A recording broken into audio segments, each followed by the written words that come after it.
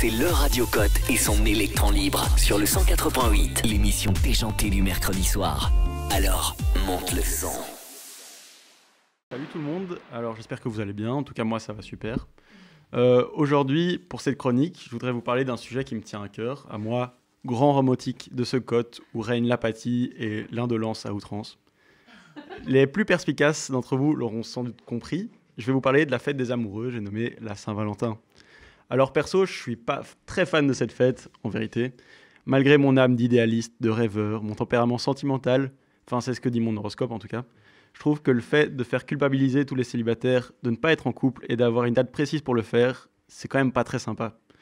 En tant que célibataire, je ne peux que témoigner de ce manque d'empathie envers quand même une tranche assez importante de la population. Alors oui, cette année, la société a quand même tenté de faire quelques efforts pour nous caser.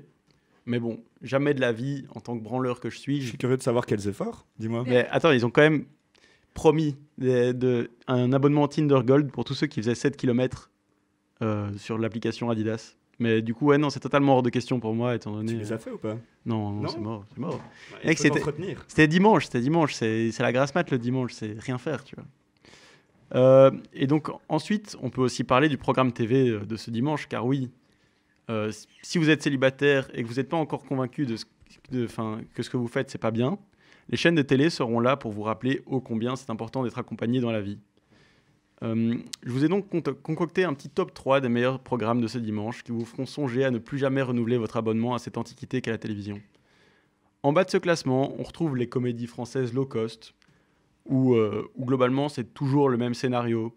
Un homme ou une femme dévasté par sa partenaire qui l'a quitté, trompé, blablabla, a des amis qui essayent de le remettre sur le droit chemin, et après il rencontre l'âme sœur au coin d'une rue, etc. Enfin, pas très intéressant, quoi. Ensuite, comment en mettre un pan très important, du PAF actuel, la télé-réalité. En effet, comme tous les autres jours de l'année, la Saint-Valentin ne déroge pas à la règle, la télé-réalité était très présente au programme. Et oui, les ados, et Kenza aussi d'ailleurs, ont aussi le droit d'avoir des idéaux. Et quels idéaux, s'il vous plaît? Entre faire l'amour entre des bottes de foin et revenir à l'époque des mariages arrangés dans Mariés au premier regard, on est en droit de s'interroger sur l'avenir de l'amour. Enfin, on aurait pu se croire sauvé grâce à AB3 et son émission phare du dimanche soir, 90 minutes enquête. Mais en fait, non, pas vraiment. Pourquoi, me direz-vous?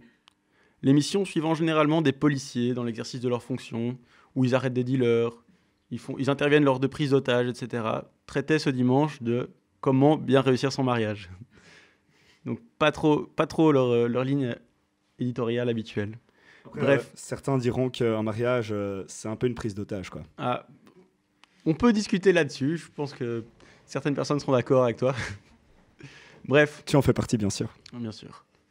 Bref, vous l'aurez compris, rien de très intéressant, ou en tout cas pas plus que le reste de l'année. Plus généralement, maintenant, on peut se poser la question de l'évolution de l'amour dans notre société. On peut avoir l'impression, avec, comme on l'a évoqué plus tôt, les téléréalités, mais aussi les influenceurs, les réseaux sociaux et toutes ces nouvelles choses qui font partie de notre quotidien, que l'amour est devenu cheap. Quelque chose que l'on consomme, tel un McDo, et qui a la durée de vie d'un match sur Tinder. On peut aussi avoir le sentiment d'une société ambivalente, où d'un côté, on nous vend des histoires d'amour avec la personne qui nous est promise par un dessein plus grand, et de l'autre, dans la réalité, des couples qui ne se forment que pour refléter une image de bonheur, toujours jeune, toujours beau, toujours heureux, jusqu'à ce que plus personne n'entende parler d'eux. Enfin bref, comme on m'a toujours dit, c'est une fête commerciale, donc ça sert pas à grand chose de se morfondre pour une date qui nous est imposée. Allez, ciao ciao, et quoi que vous fassiez, n'oubliez pas que le plus important, c'est d'être heureux avec soi-même.